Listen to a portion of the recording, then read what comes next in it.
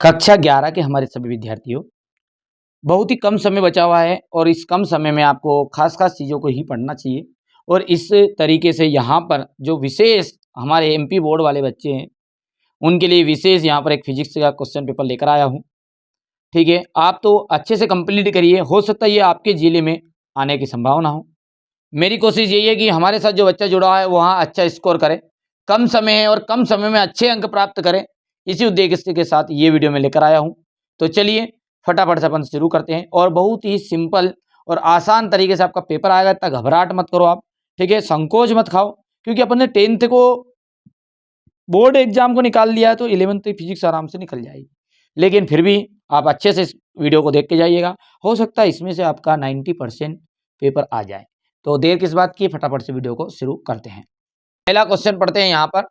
एक व्यक्ति जो है अपनी यात्रा, ठीक है, एक अपनी यात्रा आधी दूरी v1 चाल से तथा शेष आधी दूरी v2 चाल से चलता है, तो उसकी औसत चाल क्या होगी? देखिए, औसत जो चाल होती है ना, वो क्या होती है, जो कुल दूरी होती है, कुल दूरी उसके बटे में दोनों को जोड़ दो, यानी यहाँ पर ये जो v ऑप्शन है ना, ये राइट रहता है इसका।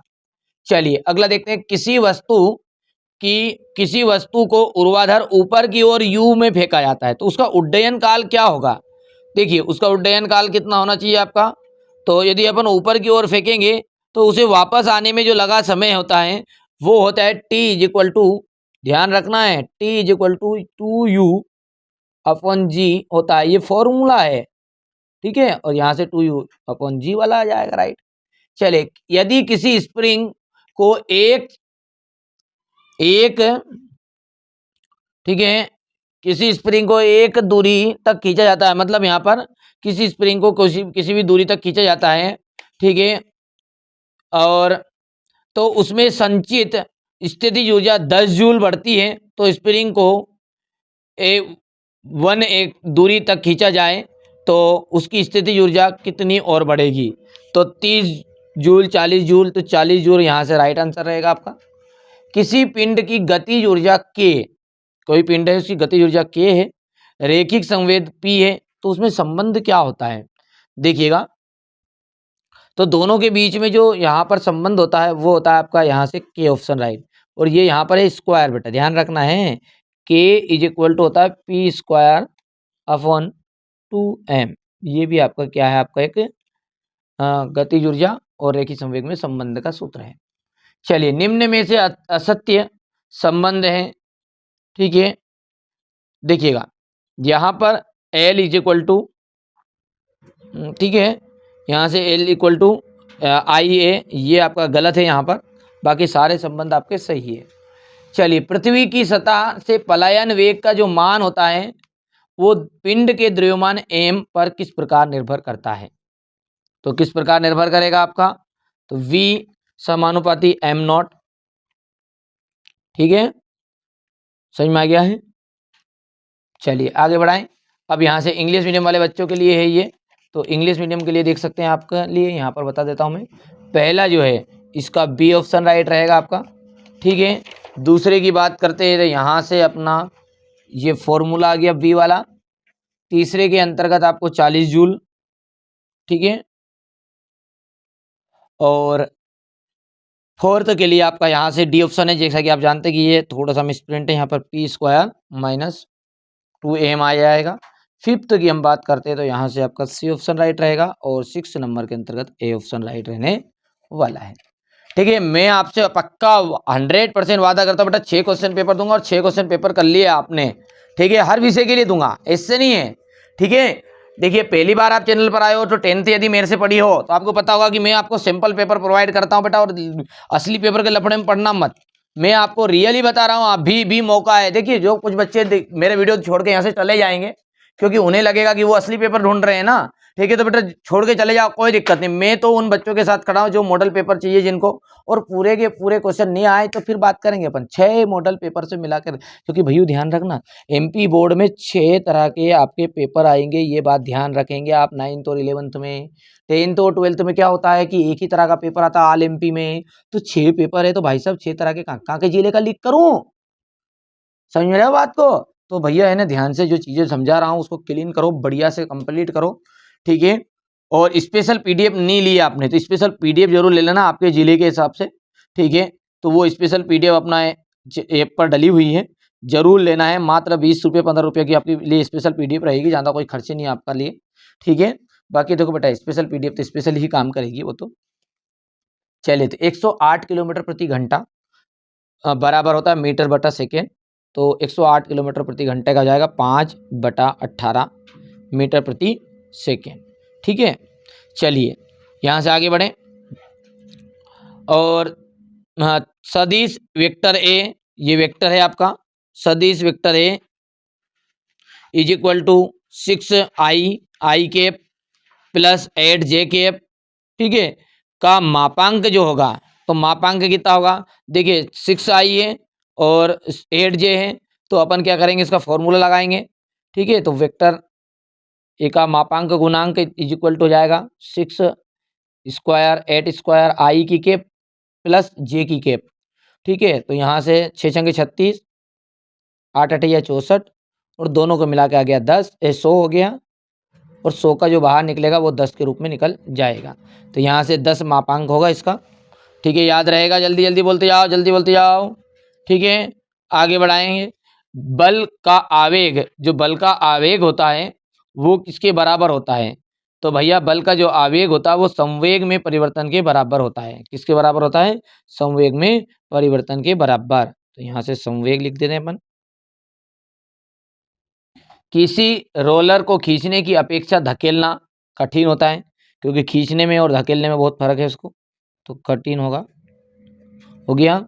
यदि किसी कार ने इंजन को 100 डिग्री सेल्सियस एवं 0 डिग्री सेल्सियस के मध्य कार्य कराया जाता है तो उसकी दक्षता कितनी होगी, तो उसकी दक्षता होगी 26.8%।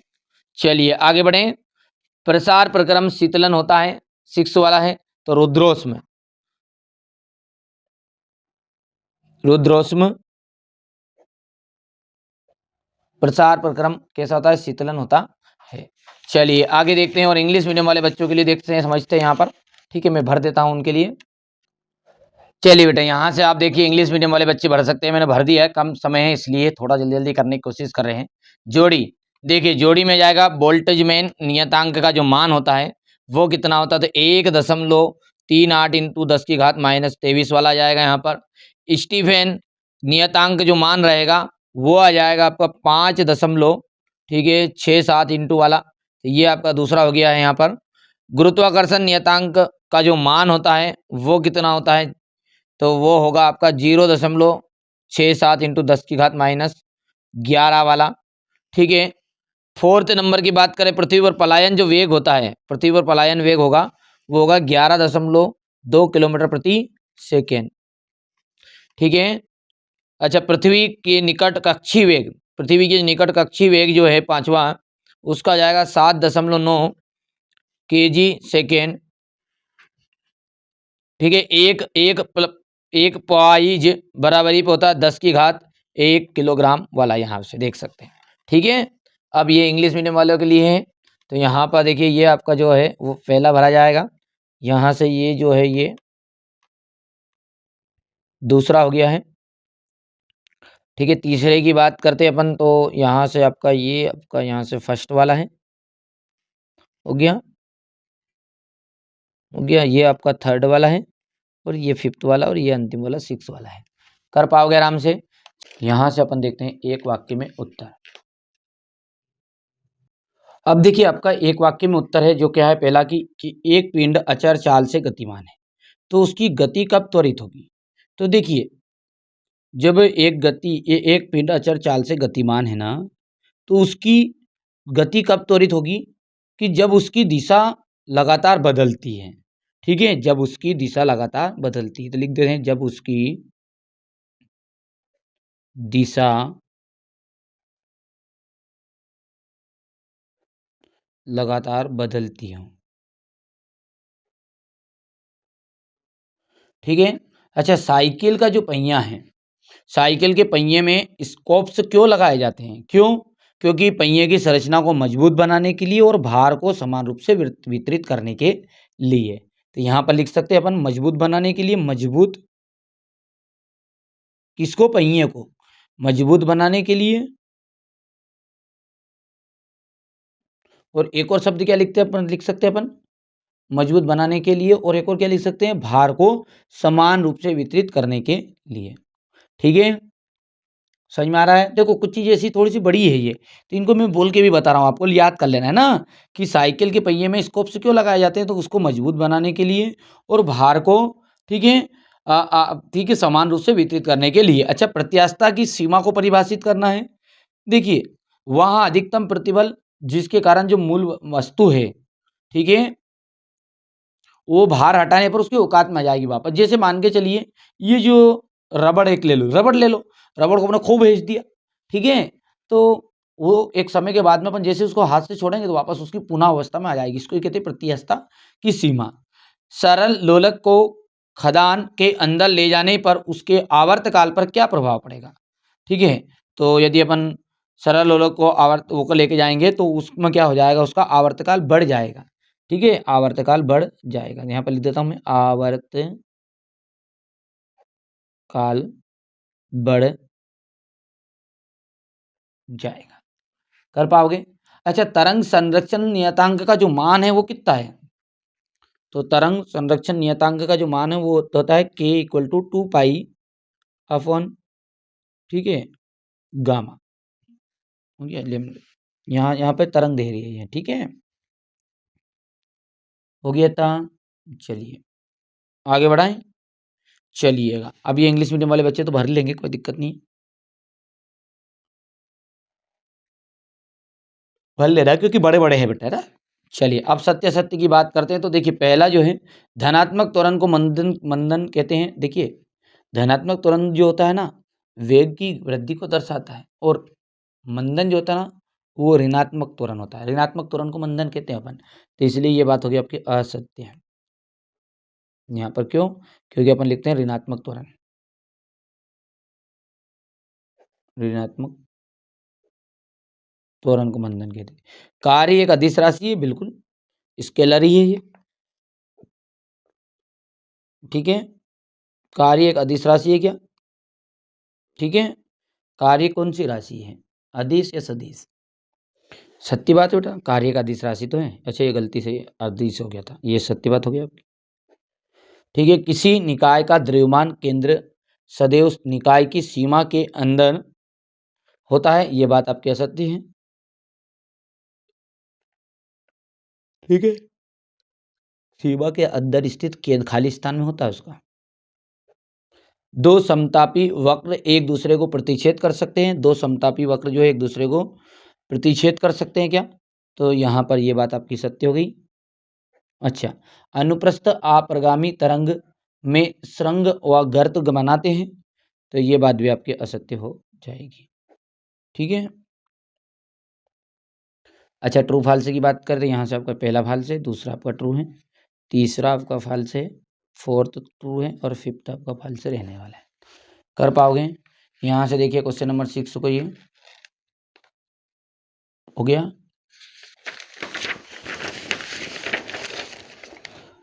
यहाँ पर देखिएगा अपरूपण विकृति क्या है, इसका विमी सूत्र लिखिए। स्टील रबर से अधिक प्रत्यास्थ क्यों है, उष्मा और ताप में कोई दो अंतर लिखिए।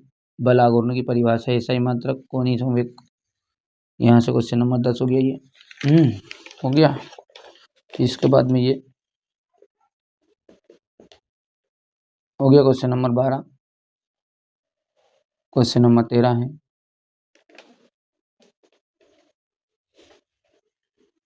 क्वेश्चन नंबर 14 है, हो गया क्वेश्चन नंबर 14। इसके बाद में ये क्वेश्चन नंबर आपका 14 का अर्थ वाला हो गया। कार्य ऊर्जा प्रमेय लिखना है आपको, क्वेश्चन नंबर 15, 16, ये क्वेश्चन नंबर आपका 17 हो गया। क्वेश्चन नंबर 17 के बाद में ये रहा आपका क्वेश्चन नंबर 18, 19 और ये 20 हो गया भैया।